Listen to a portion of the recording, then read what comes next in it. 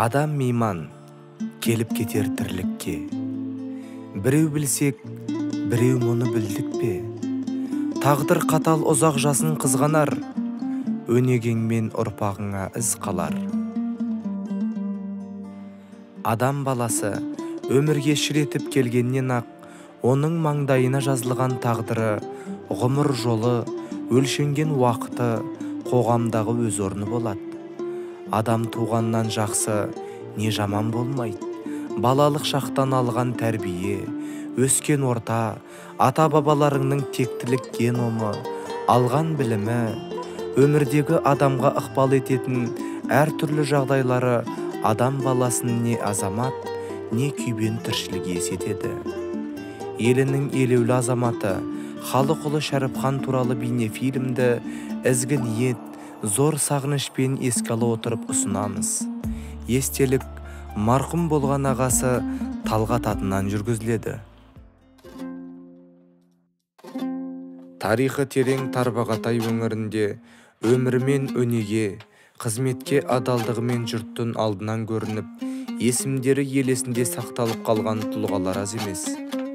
Сондай жерлестерінің мақтанышына айналған тарбағатайлықтардың бірі ретінде інім халық ұлы Шәріпханның есімін әрдайым мәртебе тұтамын.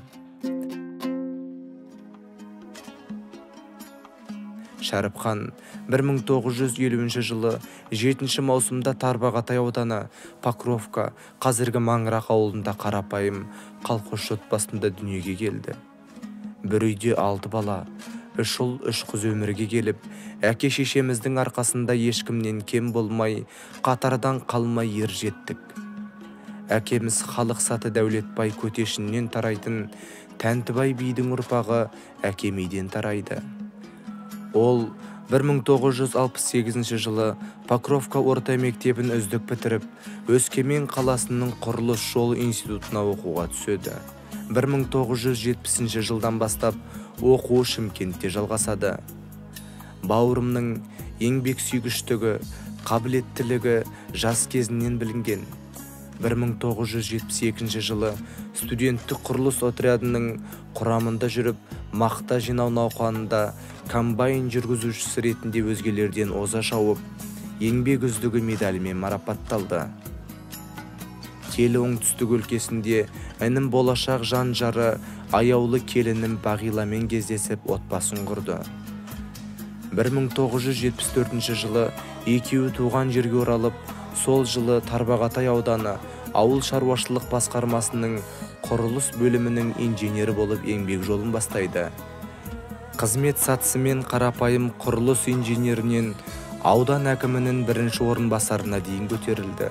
Атап айтқанда 1975-1980 жылдары аудандық халықтық бақылау комитетінің инспекторы, 1980-1983 жылдары аудандық кеңес атқару комитетінің жоспарлау комиссиясының басшысы, 1983-1992 жылдары аудандық кеңес атқару комитеті төрағасының орынбасары, 1992-1997 жылдары аудан әкімінің бірінші орынбасары, 1997-2002 жылдары Ақжар ауылының әкімі, 2002-2003 жылдар аралығында аудан әкімінің бірінші орынбасары болып, іскерлігінің кәсіби деңгейін, ұйымдастырушылық қабілетінің жоғарылығының арқасында өзіне жүктелген үлкен лауазымды, жауапты қызметтерді абыроймен атқара біліп, саналы өмірін туған жері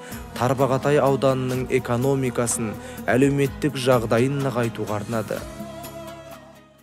Кеңес үкіметі тұсында Зайсан қаласында әр жылдың жаз айларында ұйымдастырылатын әскери жаттығуларға үнемі қатысып отыратын Шәріпхан өзін әскери өнерді жетік меңгерген сауатты командир ретінде де көрсете білді. Шәріпханның ұйымдастырушылық таланты аудан тұрғындары үшін ауыр күндердің бірі болған зілзала кезінде айқын көрінді. Тайдың жорғасы түйе болады, жігіттің жорғасы еліне ие болады дегендей, ел басына түскен ауыр сәтте інім өзін жұртының қорғаны, қол бастайтын көшбасшысы ретінде танылды. Оның өте сауатты, белсенді, мақсатты жүргізген жұмысының нәтижесінде сілкініс кіндігі Зайсан болып табылатын апат аймағына Тарбағатай ауданы да жатқызылды. Шәріпханның құрылыс саласы мамандарының басын қосып, зілзала шығыны мөлшеріне көлемді тұжырым жасауы күйзеліске түскен көпшілікке мемлекет тарапынан көрсетілетін барлық материалдық қаржылай көмекті алуына жол ашты.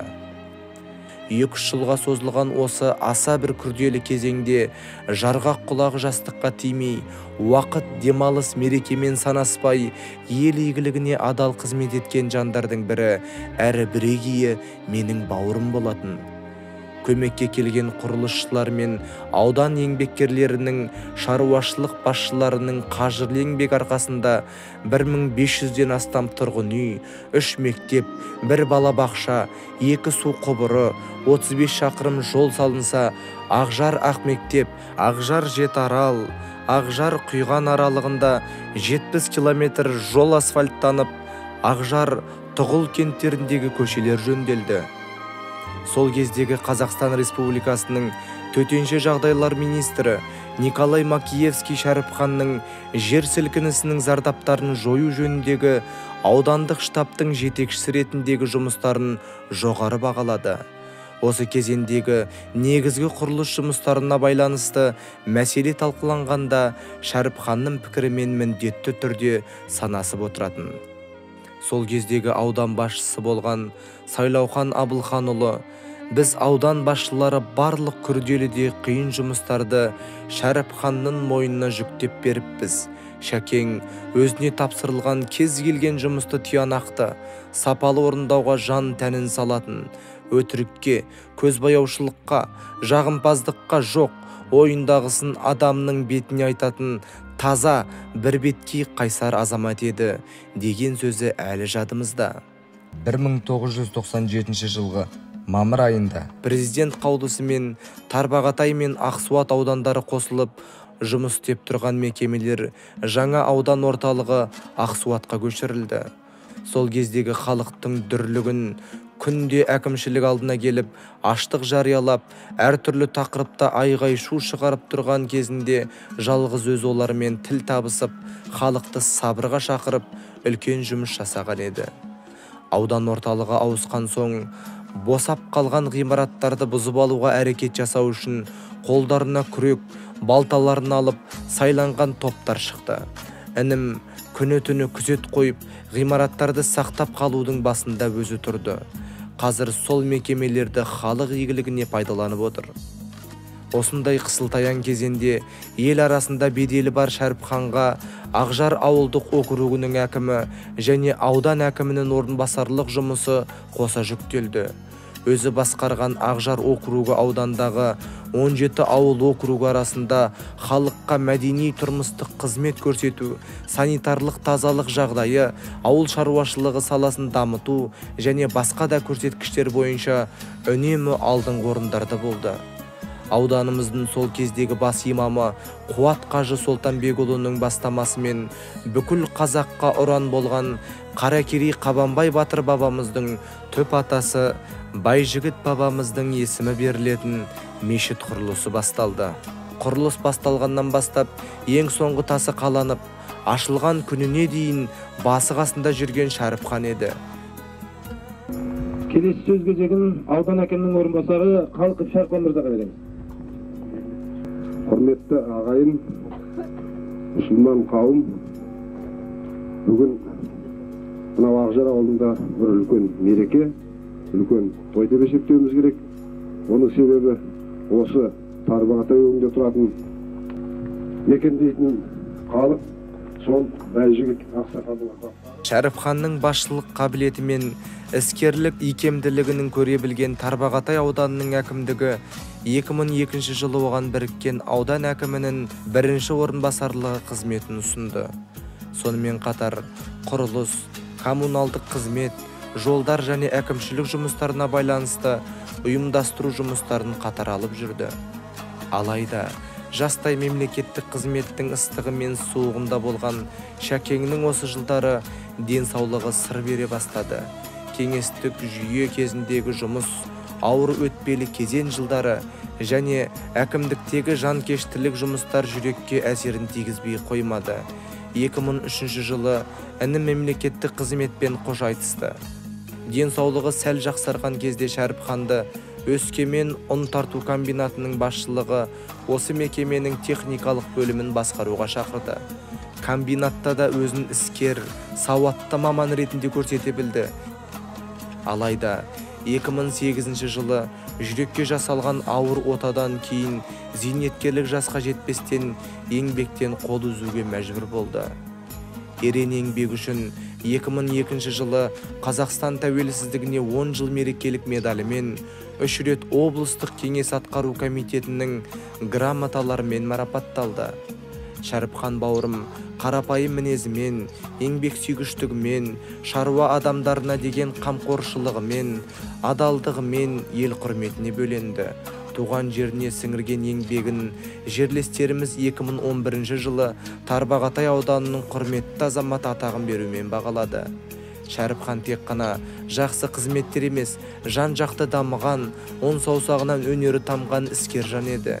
Мектепте оқып жүрген кезінде өз қолымен ағаштан түрлі бұйымдар жасайтын, домбыра шертетін, спортқа әуес болатын, мектепте өтетін жүгіру, секіру сияқты спорт түрінен алдына жан салмайтын, мектептегі ең үздік математигі болды. Өте көп оқитын. Кітап оқып отырғанда бар дүниені ұмытып ештеңе естімейтін, жан дүниесі рухани рахатқа бөленетін. Есте сақтау қабілеті өте жоғары болатын. Оқыған кітаптарының әсіресе тарихи деректерді, сан алуан даталарды, хандардың, билердің аттарын жатқайтып, салиқалы әңгімесімен тыңдармандарын баурап алатын. 2015 жылдың 31 наурызында Шәріпхан 64 жасында дүниеден озды. Артында қалған 3 баласы, әкесі сияқты рухани үйлесімде тәрбиеленген жандар ретінде қазіргі таңда өсіп өніп, әкелерінің жақсы атын жалғастыруда. Бауыржан Момышұлы өз әулетін шашау шығармай уысында ұстап, билік жүргізген қартты қария деп, тұтас бір ауылдың жоқ жітігін түгендеп, жыртығын бүтіндеп, азаматын атқа мінгізіп, айдынын асырып отыратын қартты ақсақал деп, бүкіл елдің сөзін сөйлеп, намысын жыртып, дау-дамайын шешіп, арғы-бергі тарихтан әңгіме қозғап, тұла бойына ұлттық рух, ізгі қасиеттерді молынан сіңірген қартты абыз деп атаған екен. Қамшының сабындай қысқа болған өмірінде қария да, ақсақал да, абыз да бола білген Шәкеңді үлкен әулетіміз болып сағынышпен еске аламыз. Айдыны шалқар Зайсан көл мен Асқаралы Барқыт белдің арасында көсіліп жатқан атамекен Тарбағатай аймағының жылнамасында Шәріпхан інімнің жүріп өткен ізімен істеген істерінің қолтаңбасы бар. Шәріпхан шын мәнінде жұртының жүрегінен орын алған, Тарбағатай тарихында есімі алтын әріппен жазылып қалатын тұлғалардың бірі. Ол Тарбағатай ауданының халқын құрметтеп, елін, туған жерін сүюмен өмірін өткізді. Шәріпханды туып өскен Барқыт белдің белі, селі, желі, көлі, жері ұмытпас, елі де ұмытпас. Асыл інім, ардақты бауырым, жатқан жерің жайлы, топырағың торқа болсын.